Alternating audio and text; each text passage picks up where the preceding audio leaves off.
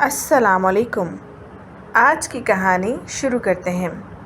کنمن کنمن برستی بوندیں اسے اچھی لگتی تھیں، مگر موسلا دھار بارش اسے عجیب سی بے چینی میں مبتلا کر دیتی تھی۔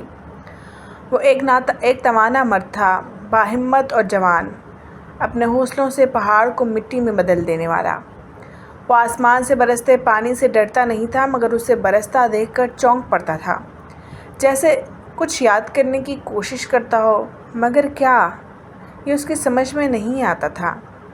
ایک پردہ حائل تھا کسی ہونی اور انہونی کے درمیان۔ مگر بارش دیکھ کر مہک ہمیشہ مچل جاتی تھی۔ وہ بارش میں بھیگنے کو ہر وقت تیار رہتی اور اس کی پوری کوشش ہوتی کہ حسن کو بھی اپنے ساتھ شامل کر لے، مگر حسن ہاتھ اٹھا کر صاف منع کر دیتا، تمہیں بارش میں بھیگنا ہے تو بھیگو، مگر مجھ سے مت کہو، مجھے بہت الجھن ہوتی ہے۔ مہک یہ سن کر کھلکھلا کر ہنس پڑتی، آپ کے نخرے تو لڑکیوں کی طرح کے ہیں، نہیں آنا تو نہ سہی، میں ہما اور ارم کو اپنے ساتھ لے جاتی ہوں۔ مہک نے اپنی دونوں چھوٹی نندوں کا نام لیا اور کمرے سے باہر نکل گئی۔ حسن نے سر جھٹکا اور لیپ ٹاپ کھول کر بیٹھ گیا۔ کھڑکی پر برستی بوندوں کی آواز اس کی خاموشی میں خلل ڈال رہی تھی۔ اسے لگا جیسے وہ مسلسل دستک دے رہی ہوں، اسے پکار رہی ہوں۔ کچھ دیر تک وہ کوشش کرتا رہا کہ اپنے کام پر توجہ مرکوز کر سکے، مگر پھر تنگ آ کر اپنی جگہ سے اٹھا اور کھڑکی کھول کر نیچے صحن میں دیکھنے لگا۔ آج بھی تیز ہوا کے ساتھ پانی بہت تیزی سے برس رہا تھا۔ صحن میں مہک، ہما اور ارم نے شور ڈالا ہوا تھا۔ اماں اور ابا اندر سے انہیں مسلسل پکار رہے تھے، مگر وہ کچھ بھی نہیں سن رہی تھیں۔ حسن کے چہرے پر مسکراہٹ پھیل گئی۔ اس کا چھوٹا سا گھر محبت اور امن کا گہوارہ تھا، جہاں 3 سال پہلے مہک کے آنے سے مزید رنگ بھر گئے، مگر یہ رنگ ادھورے تھے، ان کی ذات کی طرح۔ مہک کے والد اور ابا بہت قریبی دوست تھے۔ مہک کی ماں تو اس کے بچپن میں ہی فوت ہو گئی تھیں، اس لیے مہک نے اپنے والد کے علاوہ کوئی اور رشتہ نہیں دیکھا تھا۔ مہک حسن کے والدین کی پسند تھی، شوق و چنچل زندگی سے بھرپور۔ شادی کے بعد اسے گھر کے سب لوگوں سے اتنا پیار ملا کہ وہ اپنی ہر کمی بھول گئی۔ اس نے اپنی خوش اخلاقی سے سب گھر والوں کے دل مول لیے تھے۔ حسن بہت خوش اور مطمئن تھا، مگر شاید رب کو ان کی آزمائش منظور تھی۔ مہک نے ہر علاج سے ناکام ہونے کے بعد حسن کو دوسری شادی کرنے کی بخوشی اجازت دے دی تھی۔ اس کے باپ کا کچھ عرصے پہلے انتقال ہو گیا تھا، اب یہ ہر گھر اور اس کے ہی لوگوں کا سب کچھ تھے۔ حسن نے کبھی دوسری شادی کا ارادہ ظاہر نہیں کیا تھا، مگر مہک کا دل جانتا تھا کہ ایسا ایک دن ضرور ہوگا۔ وہ انہی سوچوں میں گم تھا جب بادل کی گرج چمک سے ساری فضا گونج اٹھی۔ کالے بادلوں کی وجہ سے دن میں بھی رات کا سماں بندھ گیا۔ اسی وقت بجلی زور سے کڑکی، ساتھ ہی تینوں نے چیخ ماری اور اندر کی طرف بھاگ گئیں۔ حسن کے ذہن میں ایک اوندا سا لپکا تھا، آسمان سے برستا موسلا دھار پانی اور پانی کی اوٹ سے جھانکتے 2 سائے۔ اس سے پہلے کہ وہ اپنے لاشعور کے پردے کو چاک کرتا، کمرے کا دروازہ کھول کر مہک اندر داخل ہوئی۔ توبہ! اتنے زور سے بجلی چمکی کہ ہماری تو جان ہی نکل گئی، بس اللہ رحم کرے۔ مہک نے الماری سے اپنا سوٹ نکالا اور واش روم کی طرف بڑھ گئی، جہاں حسن پھر پنڈولم کی طرح ہونی اور انہونی کے درمیان جھولتا رہ گیا۔ اس نے گہری سانس لے کر دوبارہ کھڑکی سے باہر جھانکا۔ بارش کا زور ٹوٹ چکا تھا، اب ہلکی پھوار جاری تھی۔ حسن نے اکتا کر کھڑکی بند کر دی۔ حالانکہ اسے کنمن اچھی لگتی تھی، مگر کبھی کبھی اپنے من پسند چیزیں بھی دل کو نہیں بھاتی۔ پتہ نہیں یہ دل کس گورکھ دندے کا نام ہے جو کبھی کسی حال میں خوش نہیں ہوتا۔ حسن نے لیپ ٹاپ کی چہکتی اسکرین کو دیکھ کر سوچا، نویدہ خالہ کے گھر سے کارڈ آیا ہے، اس کے پوتے کی شادی ہے۔ حسن شام کی چائے ابا اور اماں کے ساتھ بیٹھ کر پی رہا تھا جب اماں نے ایک کارڈ اس کی طرف بڑھاتے ہوئے کہا۔ اس وقت مہک بھی آ کر وہاں بیٹھ گئی، جبکہ ہما اور ارم اکیڈمی گئی ہوئی تھی۔ ہما FSC کی طالبہ تھی، جبکہ ارم BSc آنرز کی طالبہ تھی۔ شادی تو اگلے ہفتے ہے، حسن نے کارڈ دے کر کہا۔ ہاں، آج نویدہ خالہ کا فون بھی آیا تھا، بہت اصرار کر رہی تھی کہ ہم لوگ شادی میں ضرور شرکت کریں۔ میں نے تو اپنی طبیعت کی وجہ سے معذرت کر لی ہے، ایسا کرنا تم اور مہک چلے جانا اچھا ہے، اسی بہانے مہک ہمارا گاؤں بھی دیکھ لے گی اور بہت سے رشتہ داروں سے بھی مل لے گی۔ اماں نے تفصیل سے کہا تو حسن سوچ میں پڑ گیا، مگر اماں مجھے گاؤں گئے ہوئے کافی سال ہو گئے ہیں، میں تو کسی کو بھی نہیں جانتا ہوں آپ، اور نہ ہی ٹھیک سے کوئی یاد ہے مجھے، میں وہاں جا کر کیا کروں گا؟ حسن نے الجھے ہوئے لہجے میں کہا۔ ارے بیٹا، پریشان ہونے والی کیا بات ہے؟ مانا کہ ہمارے زیادہ تر قریبی رشتہ دار شہر میں سیٹ ہو گئے ہیں، مگر ابھی بھی بہت سے لوگ ہیں وہاں۔ تم فکر مت کرو، یہاں سے بھی بہت لوگ جائیں گے، وہ تمہاری رہنمائی کریں گے۔ اب کی بار ابا نے باروب انداز میں کہا تو حسن سر ہلا کر رہ گیا۔ اماں اور ابا بڑھتی عمر کے ساتھ لگی کئی بیماریوں کی وجہ سے بہت کم آتے جاتے تھے، اس لیے حسن کو خوش اسلوبی سے یہ ذمہ داری نبھانی تھی۔ اب تو اس کے ساتھ مہک پر بھی یہ ذمہ داری لاگو ہو گئی تھی۔ میں نے کبھی گاؤں نہیں دیکھا، سچ میں بہت مزہ آئے گا، وہاں مہک نے خوشی سے چہکتے ہوئے کہا تو ابا اور اماں نے مسکرا کر تائید کی اور اسے گاؤں کے قصے سنانے لگے۔ حسن کا بچپن وہاں گزرا تھا۔ اماں ابا کی زبانی اپنے بچپن کے قصے سنتا ہوا وہ بھی زیر لب مسکرا رہا تھا۔ اور ہاں حسن، اپنی رحمت بوا سے ضرور ملتے جانا، وہ تم سے بہت پیار کرتی تھیں، مہک کو دیکھ کر بہت خوش ہوں گی۔ تمہیں ایک مزے کی بات بتاؤں مہک، حسن جب 10 سال کا تھا تو رحمت بوا کی اکلوتی بیٹی ریشما سے شادی کرنے کا خواہش مند تھا۔ اماں نے ہنستے ہوئے کہا تو مہک حیرت سے آنکھیں پھاڑ کے اسے دیکھنے لگی۔ سچ میں اماں؟ مہک نے پوچھا تو ابا بھی ہنس پڑے۔ تو اور کیا، وہ اس سے 5 سال بڑی تھی۔ حسن کے بڑے تایا کے بیٹے انور کی منگ تھی، اس کی منگنی کرنے ہم گاؤں گئے تھے جب یہ ریشما کو دیکھ کر شادی کی ضد کر بیٹھا، اور بعد میں تبھی کتنے سال ہی سب اس بات پہ چھیڑتے تھے۔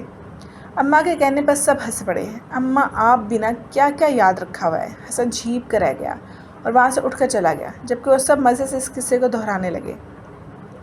اوفو اماں، مجھے یہاں کیوں لے کر آئی ہیں؟ 10 سالہ حسن نے گاؤں کی ٹوٹی پھوٹی گلیوں میں چلتے ہوئے چڑھ کر کہا تھا۔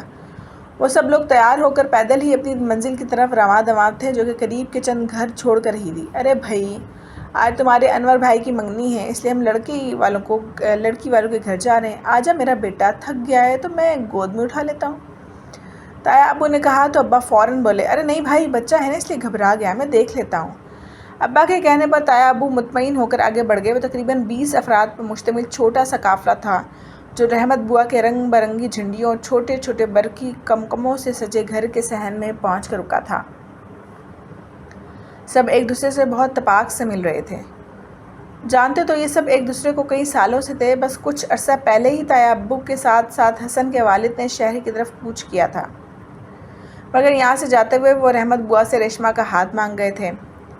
اب انور کی نوکری لگتے ہی وہ منگنی کرنے چلے آئے تھے۔ انور کو کویت میں بہت اچھی نوکری مل گئی تھی۔ 20 سالہ انور نے جب پہلی بار ریشما کو دیکھا تھا تو اپنا دل ہار بیٹھا تھا۔ ریشما تھی ہی ایسی، حسن اور نزاکت کا مجموعہ۔ اس کے حسن کی وجہ سے سب لوگ اس کے رشتے کے طلبگار تھے، مگر رحمت بوا نے انور کے لیے ہاں کی تھی۔ رحمت بوا بیوہ عورت تھی جس کے 2 بیٹے اور 1 بیٹی تھی۔ گاؤں میں اس کی بہت عزت تھی، سب اسے رحمت بوا کے نام سے پہچانتے اور جانتے تھے۔ رحمت بوا کے دونوں بیٹے شادی شدہ اور بچوں والے تھے۔ اب صرف ریشما کی ذمہ داری اس کی بوڑھی کندھوں پر تھی۔ آج وہ دن بھی آ پہنچا تھا جس کا انتظار اسے ایک مدت سے تھا۔ چھوٹی سی رسم کے بعد ریشما کی نازک انگلی میں انور کے نام کی انگوٹھی جگمگانے لگی۔ مبارک سلامت کے شور سے فضا گونج رہی تھی، سب خوش تھے، ہنس رہے تھے۔ حسن اماں کو ڈھونڈتا ہوا عورتوں والے حصے میں چلا آیا جہاں سب گھونگھٹ میں سر جھکائے بیٹھی ریشما کو مٹھائی کھلا رہے تھے۔ حسن نے بھی ضد کی، میں بھی دلہن کو مٹھائی کھلاؤں گا۔ سب ہنس پڑے اور اسے آگے کیا۔ پہلے دلہن کا منہ تو دکھاؤ، حسن نے کہا تو ہر طرف سے کہکا ابل پڑا۔ بھائی چھوٹا سا ہے مگر ہے بہت تیز، کس نے پٹی پڑھائی ہے تمہیں؟ ریشما کی کسی سہیلی نے ہنس کر کہا۔ جی نہیں، مجھے دلہن کو دیکھنا ہے بس۔ حسن کے ضد کرنے پر رحمت بوا نے آگے بڑھ کر تھوڑا سا دوپٹہ پیچھے کیا اور کہا، بچہ ضد کر رہا ہے تو دکھا دو چہرہ، ویسے بھی یہاں کون سے مرد ہیں؟ حسن نے خوشی سے سر جھکائے بیٹھی ریشما کو دیکھا۔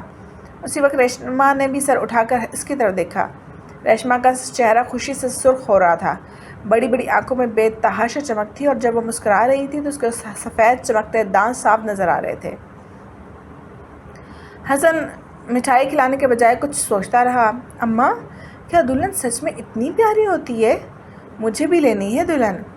حسن کی معصوم فرمائش پر ساری محفل کھلکھلا کر ہنس پڑی۔ پگلا کہیں کا، چل ادھر آ۔ اماں نے ہاتھ پکڑ کر اسے وہاں سے اٹھایا، مگر حسن اکلوتا بیٹا ہونے کی وجہ سے کافی ضدی تھا۔ سارے راستے یہی بات کہتا رہا جو آہستہ آہستہ سب میں پھیل گئی۔ سب اسے بچے کی ضد معصومیت سمجھتے رہے اور ہنستے رہے۔ جبکہ حسن ایک کونے میں بیٹھا سوچ رہا تھا کہ میں نے ایسا کیا کہہ دیا کہ کوئی میری بات کو سنجیدہ ہی نہیں لے رہا۔ انور اور ریشما کی شادی اگلے سال ہونا قرار پائی۔ ان دنوں انور کو نئی نوکری ملی تھی۔ سب کی خواہش تھی کہ وہ تھوڑا سیٹ ہو جاتا تبھی اس کی شادی کرتے۔ منگنی کے بعد باقی رشتہ دار تو چلے گئے، مگر تایا ابو اور ابا زمین کی کچھ قانونی کارروائی کی وجہ سے وہیں رک گئے۔ ان کا قیام اپنے چچا زاد بھائی کے گھر تھا۔ حسن تو پہلے ایک دن بھی گاؤں رہنے پر تیار نہیں تھا، اب یہاں سے جانے کا نام ہی نہیں لیتا تھا۔ وہ اور انور بھائی اکثر گھر سے نکل جاتے اور کسی نہ کسی بہانے در صنم پر حاضری لگانے پہنچ جاتے۔ انور خود تو پیچھے رہتا مگر حسن کو ریشما کے پاس بھیج دیتا، کبھی کوئی رکا لکھ کر، کبھی کوئی زبانی پیغام بھیج دیتا۔ حسن تو اکثر انور کے پیغام بھول جاتے اور خود مزے لے لے کر ریشما سے باتیں کرتا رہتا، اور باہر کسی درخت کی اوٹ میں کھڑا انور اس کا انتظار کرتا رہتا۔ کبھی انور حسن سے کہتا کہ ریشما کو لے کر ندی پہ آ جائے۔ حسن ہاں میں سر ہلا دیتا مگر ریشما کو لے کر ندی پر نہیں آتا تھا۔ اسی طرح اگر انور کہتا کہ اسے کسی بہانے چھت پہ لے آؤ تاکہ میں یہ دیکھ ہی سکوں تو حسن اس بات پر بھی عمل نہیں کرتا تھا۔ وہ ریشما کے پاس بیٹھ کر خود ہی باتیں کرتا رہتا۔ ریشما اس سے باتیں کرتی اور وہ اس کی باتوں پہ ہنستی تھی، اور یوں ہی ایک دن ان کی واپسی کا دن بھی آ گیا۔ حسن بہت بوجھل دل کے ساتھ وہاں سے آیا۔ انور کا بھی منہ لٹکا ہوا تھا۔ شہر آ کر کچھ دن تو اس کا دل نہیں لگا مگر پھر زندگی معمول پر آنے لگی۔ انور پردیس چلا گیا اور حسن ابو یا تایا امی کے ساتھ اکثر گاؤں چلا جاتا۔ وجہ صرف ایک ہی تھی، ریشما۔ ابا کا گاؤں کا چکر بہت کم لگتا تھا مگر تایا ابو اور تائی امی نئی رشتہ داری کی وجہ سے بھی گاؤں آتے جاتے رہتے تھے، جس کی وجہ سے حسن کو بھی ایک راستہ مل گیا تھا۔ یہ کیا بات ہوئی بہن؟ میری تو خواہش تھی کہ جلد از جلد اپنی بیٹی کے ہاتھ پیلے کر دوں، مگر آپ کہہ رہے ہیں کہ ابھی انور کو 2 سال اور لگیں گے؟ پہلے ہی 1 سال کا کہہ کر اتنا وقت نکال دیا ہے، 3 سال ہو گئے ان دونوں کی منگنی ہوئے۔ رحمت بوا نے تائی امی کی بات سن کر پریشانی سے کہا تھا۔ پتہ نہیں جواب میں تائی امی نے کیا کہا۔ حسن وہاں سے اٹھ کر بھاگتا ہوا ریشما کے پاس گیا جو کوئی کتاب کھولے گمسم سی بیٹھی ہوئی تھی۔ جیسے جیسے انور کے پاکستان آنے کے چانسز کم ہوتے جا رہے تھے ویسے ویسے ریشما زیادہ تر گمسم رہنے لگی تھی۔ حسن کو دیکھ کر چونکی اور مسکرا کر اپنے پاس بیٹھنے کا اشارہ کیا۔ انور بھائی اس سال بھی پاکستان نہیں آ رہے، بس دیکھ لیں آپ کی شادی مجھ سے ہی ہوگی۔ حسن کے کہنے پر ریشما نے ہلکی سی چپت اس کے سر پر لگائی۔ بری بات، ایسے نہیں کہتے، بھابھی کہا کرو مجھے۔ ریشما نے ہمیشہ کی طرح اسے سمجھایا۔ کوئی نہیں، بھابھی کیوں بولوں؟ حسن نے ضدی لہجے میں کہا۔ ریشما گہری سانس لے کر رہ گئی۔ اب تم بڑے ہو رہے ہو حسن، اس سال 14 کے ہو جاؤ گے، اچھا نہیں لگتا کہ تم میرا نام لو۔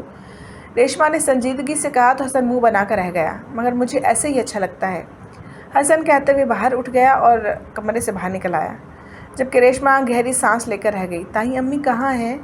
حسن نے اکیلی بیٹھی ہوئی رحمت بوا کے پاس آ کر پوچھا تو انہوں نے سامنے بنے غسل خانے کی طرف اشارہ کیا۔ وضو کرنے گئی ہیں۔ رحمت بوا کا لہجہ اور آنکھیں بجھی ہوئی تھیں۔ رحمت بوا دیکھ لیں میں کتنا بڑا ہو گیا ہوں، ریشما سے بھی لمبا۔ آپ میری شادی کر دیں ریشما سے، آپ کی پریشانی ختم ہو جائے گی، وعدہ میں ریشما کو چھوڑ کے کہیں نہیں جاؤں گا۔ حسن نے ایسے بھولے پن سے کہا کہ رحمت بوا کے چہرے پر مسکراہٹ پھیل گئی۔ بری بات ہے بیٹا، ریشما تم سے عمر میں بڑی ہے، اس کا نام مت لیا کرو، باجی یا بھابھی کہہ دیا کرو۔ تم یہاں بیٹھو، میں بھی نماز پڑھ لوں، وقت نکلا جا رہا ہے۔ رحمت بوا نے نرمی سے اسے سمجھایا اور وہاں سے اٹھ کر چلی گئی۔ حسن خاموشی سے انہیں جاتا ہوا دیکھتا رہا۔ پھر کتنے ہی سال گزر گئے، تعلیمی مصروفیات کے بڑھتے ہی اس کے گاؤں کا چکر لگنا کم سے کم ہوتے گئے۔ تایا ابو اور تائی امی انور بھائی کے پاکستان نہ آنے کی وجہ سے شرمندگی کے مارے گاؤں نہیں جاتے تھے۔ رحمت بوا تک بھی خبر پہنچ گئی تھی کہ انور نے کویت میں کسی مالدار آدمی کی اکلوتی بیٹی کے ساتھ شادی کر لی ہے، اس لیے وہ پاکستان نہیں آ رہا۔ مگر جو بھی تھا اس بار اسے ایک بار گھر بتا دینا چاہیے تھا۔ اس کی وجہ سے رحمت بوا انتظار کی سولی پر لٹکی ہوئی تھی اور تایا ابو اور تائی امی شرمندگی کے مارے گاؤں کا رخ نہیں کرتے تھے۔ تعلقات پر وقت نے اچھی خاصی گرد ڈال دی تھی۔ پھر بڑھتی مصروفیات کے دوران آپس میں ملنا ملانا بھی کم سے کم ہوتا چلا گیا۔ ابا اور حسن ایک بار کسی قریبی رشتہ دار کی وفات پر گاؤں گئے تھے، تب حسن FSC کا امتحان دے کر فارغ ہوا تھا۔ اس کے بعد پھر کبھی اس کا وہاں جانا نہیں ہوا تھا۔ اس دوران انور بھائی پاکستانی آئے ہوئے تھے۔ اچانک سب حیران رہ گئے تھے۔ سنا کہ وہ سب گاؤں بھی گئے ہوئے ہیں اور بار بار گئے ہیں۔ معافی مانگی، تلافی کا یقین دلایا، مگر حیرت کی بات یہ تھی کہ ان کے انتظار میں کئی سال بیٹھی ریشما نے شادی سے انکار کر دیا تھا۔ اگر انکار ہی کرنا تھا تو اتنے سال تک انتظار کیوں کیا؟ سب کے ہونٹوں پر ان گنت سوال تھے مگر سامنے والے کی ایک چپ صبر بھاری تھی۔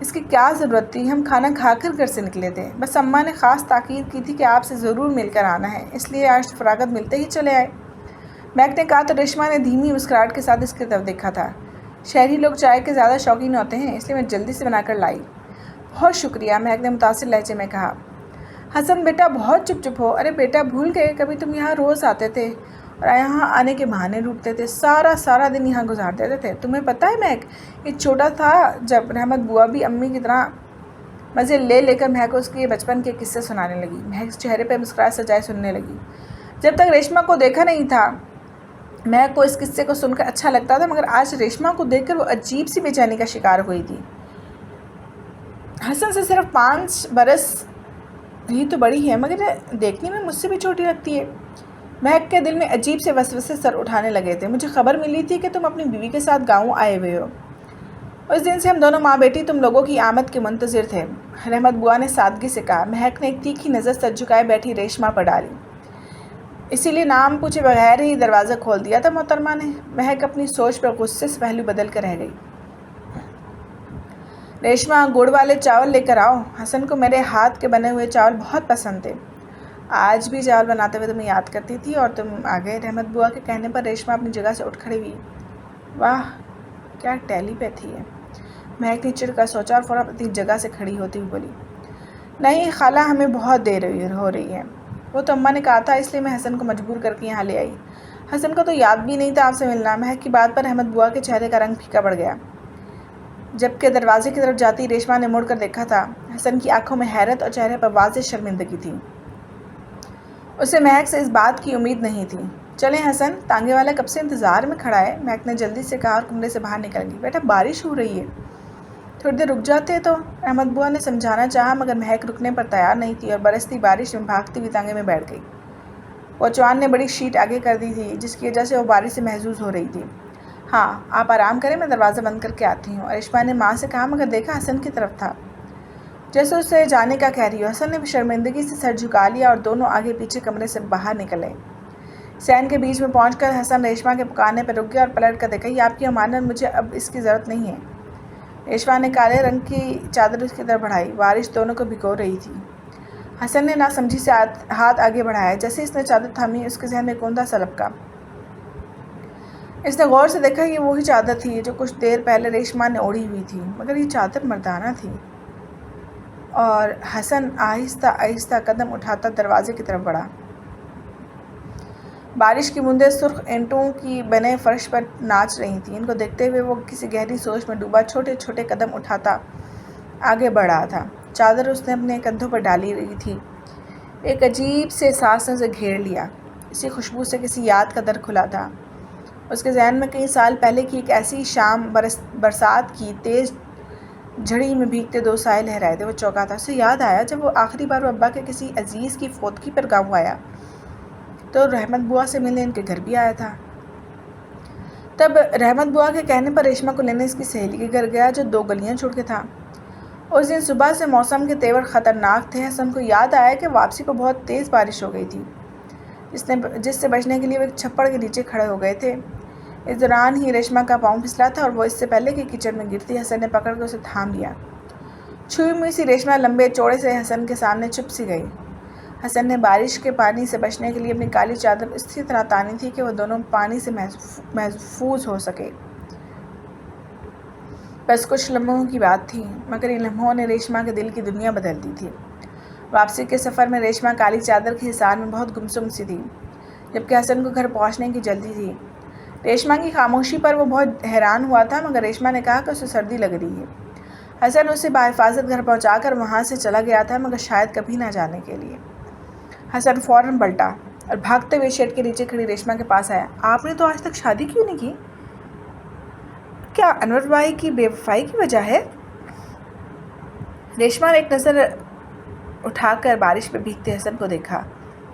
انور جیسا عام اور کمزف مرد میری جیسی عورت کی وفا اور محبت کے قابل نہ پہلے بھی تھا اور نہ ہی آج ہے۔ تو پھر حسن بضد تھا کچھ جاننے کے لیے۔ تو پھر کیا؟ مٹی کی سوندھی خوشبو آ رہی ہے نا؟ ریشما نے فضا میں پھیلی خوشبو کو اپنی سانسوں میں اتارا تھا۔ حسن نے پاس ہی موجود کیانی میں جمع ہوتے بارش کے پانی کو دیکھا تھا۔ اچھا یہ بتاؤ کہ کچی مٹی میں ہمیشہ بارش کی پہلی بوندوں سے ہی کیوں مہکتی ہے؟ اس کی سنتی سنتی خوشبو کو کیسا فرق بخش احساس ہوتا ہے، مگر پھر بعد میں آنے والا ساون اسے یا تو کیچڑ بنا دیتا ہے یا پھر مٹی پانی کے ساتھ سنگ بہتی کہیں دور نکل جاتی ہے۔ مگر وہ پہلی بارش کا لفظ، وہ احساس ہمیشہ ہی کیوں محسوس ہوتا ہے؟ ریشما نے کھوئے کھوئے سے انداز میں کہا تھا۔ حسن کو اس لمحے وہ بھی پہلی بارش کی طرح لگی تھی، خود میں ہی سمٹی ہوئی، اپنی خوشبو سے ہی مہکی ہوئی سی۔ اس کے ارتکاز کو ریشما کے نرم لہجے کی پھوار نے چھوا تھا۔ پھر بہت عرصے کے بعد میں نے جانا تھا کہ محبت کا رشتہ وہ ہوتا ہے جو دل کے تاروں سے بنتا ہے، جو دل کے تاروں سے کسی کو جوڑ دیتا ہے، بغیر کہے، بغیر کچھ سنے۔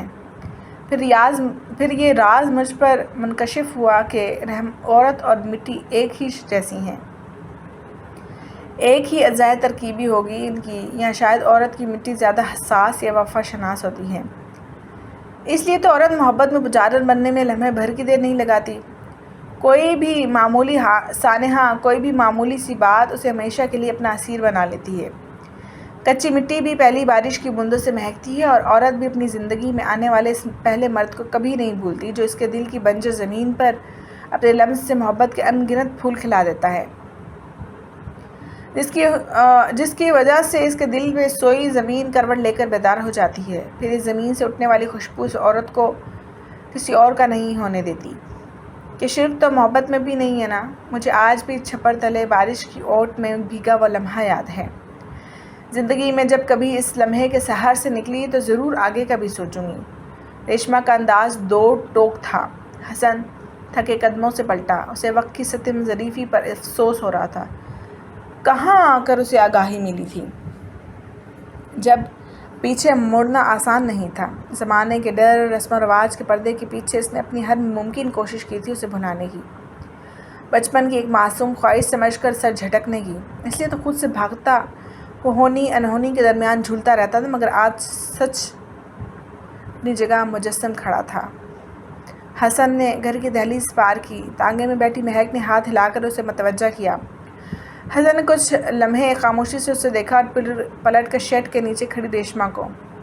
عورت اپنی زندگی میں آنے والے پہلے لمس کو کبھی نہیں بھولتی، تو مرد بھی اپنی زندگی میں دل کی زمین پر برسنے والی پہلی بارش کو کبھی نہیں بھولتا۔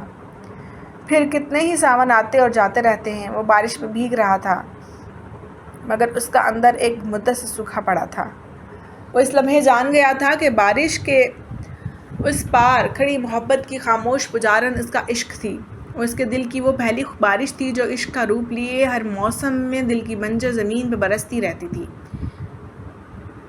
بارش کی رفتار بہت تیز ہو گئی تھی، مہک اسے آوازیں دے رہی تھی۔ حسن نے موسلا دھار بارش کے اس پار سے ریشما کو بھاگتے ہوئے دروازے کی طرف دیکھا تھا۔ دروازہ بند کرنے کے بجائے وہ اس کے جانے کا انتظار کرنے لگی۔ یہ بھی محبت کے اصولوں میں سے ایک اصول تھا کہ جب تک محبوب نظر آتا رہے اسے دیکھتے رہنا۔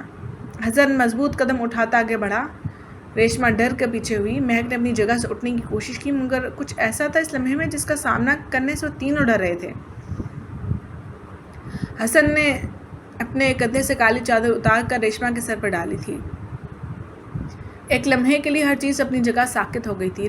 مہک کے شک نے یقین کا لبادہ اوڑھ لیا تھا۔ ریشما حیرت سے کنگ اپنے منہ پر ہاتھ رکھے کھڑی کی کھڑی رہ گئی۔ پیچھے جھروکے سے جھانکتی رحمت بوا کی آنکھوں میں مدت بعد خوشی کے آنسو چمکے تھے۔ بیٹی محبت کے روگ میں ایک مدت سے جوگن بنی ہوئی تھی، جو جانتی تھی کہ محبت کے جوگ یا تو مٹی میں لے جاتے ہیں یا مگر مٹی کر دیتے ہیں۔ ایک بات ہمیشہ یاد رکھنا، مرد کے دل کی زمین بھی مٹی سے بنی ہوتی ہے، جس پہ برسنے والی محبت کی پہلی بوندیں اسے بھی ہمیشہ مہکاتی رہتی ہیں۔ بات صرف محسوس کرنے کی ہوتی ہے، اور مجھے اعتراف ہے میں نے اسے جاننے میں کچھ دیر کر دی، مگر شکر ہے کہ بہت دیر نہیں ہوئی۔